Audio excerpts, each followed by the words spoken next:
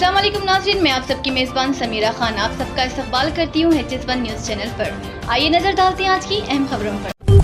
तेलंगाना के वजीर आबपाशी उत्तम कुमार रेड्डी ने अवामी निज़ाम तकसीम के चावल की रीसाइक्लिंग में मुलविस राइस मिलर्स और दीगर को संगीन अवाक़िब का इंतबा दिया। इन्होंने चावल के मियार और दीगर खिदमात का हुजूर नगर में जायजा लेने के बाद राशन के चावल की गैर कानूनी मुंतकिली पर शदीद तशवीश का इजहार किया। इन्होंने कहा कि मौजूदा तौर पर तेलंगाना में 54 लाख राशन कार्ड रखने वाले अफराद को मरकजी हुकूमत से 5 किलो चावल मिल रहा है, जबकि रियासती हुकूमत इनको 1 किलो चावल फराहम कर रही है। RTC प्रॉपर्टी अवामी असासिजात है, इसी पर कब्जा करने वालों के खिलाफ सख्त कार्रवाई की जाएगी। इन ख्यालात का इजहार आरमोर में रियासती वजीर ट्रांसपोर्ट पूनम प्रभाकर ने किया। रियासती वजीर ने आज आरमोर बस स्टैंड का अचानक मुआयना किया। इस मौके पर इन्होंने मीडिया से गुफ्तगू करते हुए कहा कि पब्लिक ट्रांसपोर्ट सिस्टम को मजबूत किया जाएगा और जहाँ जरूरत हो वहाँ नए डिपोज कायम किए जाएंगे। पिछली हुकूमत के दौर में RTC जायदादों की लीज का बहुत जल्द जायजा लेंगे और जहाँ भी RTC की प्रॉपर्टी पर कब्जा हुआ वहाँ हिफाजती इकदाम किए जाएंगे और अनकरीब 2000 नए बसें खरीद कर तमाम डिपोओं को भेजी जाएगी। रियासती वजीर ने कहा कि जहां भी RTC के बकायाजात अदाशुदनी है नोटिस भेजकर वसूल किए जाएंगे। इन्होंने खवातीन के बसों में मुफ्त सफर की सहूलत को रियासती हुकूमत का लाजवाब कारनामा करार दिया। इससे अभी तक रियासत भर में 4 करोड़ खवातीन ने इस्तेफादा हासिल किया। इन्होंने कहा कि 6 जमानती स्कीमात के मुतालिक 28 तारीख से रियासती हुकूमत प्रजा पालना प्रोग्राम शुरू कर रही है। जो भी अहल है वो 4 जमानतों के लिए ग्राम सभा वार्ड सभा में दरख्वास्त दाखिल कर सकते हैं।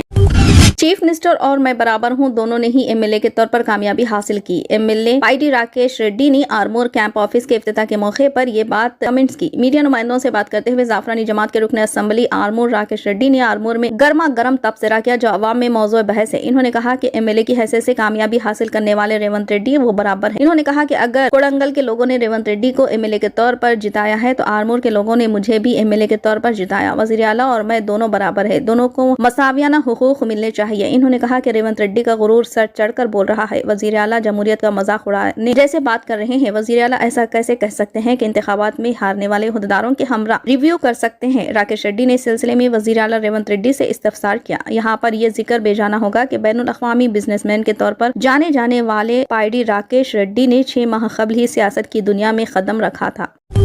तेलंगाना हुकूमत 350 करोड़ रुपयों से कॉलेज की लड़कियों को इलेक्ट्रिक स्कूटी देने की तैयारी कर रही है। इंतखाबी वादों के एक हिस्से के तौर पर कांग्रेस पार्टी ने 18 साल की उम्र पूरी करने वाली लड़कियों को इलेक्ट्रिक स्कूटी देने का वादा किया था। हैदराबाद, रंगारेड्डी और मेडचल अजला में तकरीबन 1784 कॉलेज है, जिनमें तकरीबन 5 लाख गरीब तुलबा हैं। इनमें से 2 लाख मेट्रोपॉलिटन इलाकों में है, जबकि 70,000 सरकारी कॉलेजों में जेर तालीम है। बताया जाता है कि मरकजी सब्सिडी के बाद 50,000 रुपये फी स्कूटी के हिसाब से 70,000 स्कूटियों पर 350 करोड़ रुपए खर्च होंगे। तरीक़ेकार और दरख्वास्त की तफसीलात जल्द जारी की जाएगी।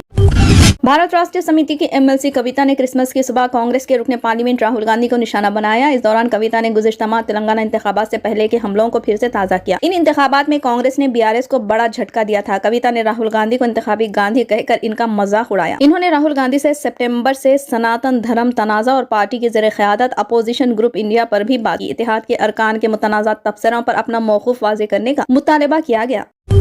कर्नाटक में हिजाब के मामले पर BRS लीडर तारिक रामाराव का कहना है कि कांग्रेस ने अभी तक हिजाब पर से पाबंदी नहीं हटाई और चीफ मिनिस्टर सिद्धारामैया ने कहा है कि वो इसके बारे में सोच रहे हैं। लोग कांग्रेस के रवैये को देख रहे हैं कि वो इख्तिदार में आने से पहले क्या कहते हैं और इख्तिदार मिलने के बाद कैसे बदल जाते हैं। बैन हटा लिया है, 7 महीने लगे। आपने देखा नहीं होगा शायद, सिद्धारामैया जी ने साफ कर दिया कि उन्होंने हटाया नहीं। अभी उन्होंने आज बयान दिया कि हिजाब बैन हटाया नहीं, अभी सोच रहे हैं हम लोग।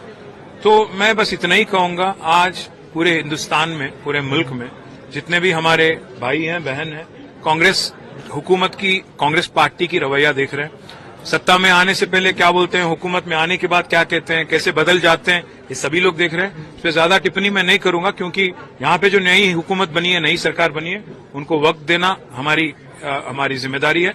हम वक्त देना चाहते हैं, समय देना चाहते हैं, पर वो लोग लगता है कि जल्दी में है, बहुत जल्दबाजी में है कि तेलंगाना को बदनाम करें।